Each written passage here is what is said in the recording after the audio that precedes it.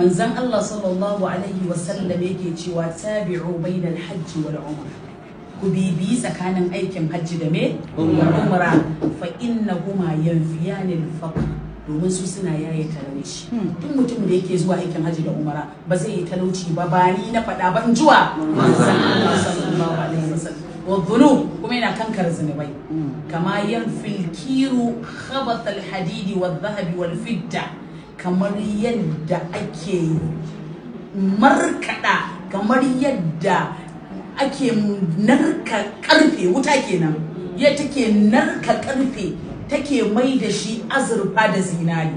walaysa lil hajjati al mabrurati thawabun illa al janna, aikin hajji wanda ya zama karbabbe ba shi da lada, bai da sakamako sai gidan aljanna.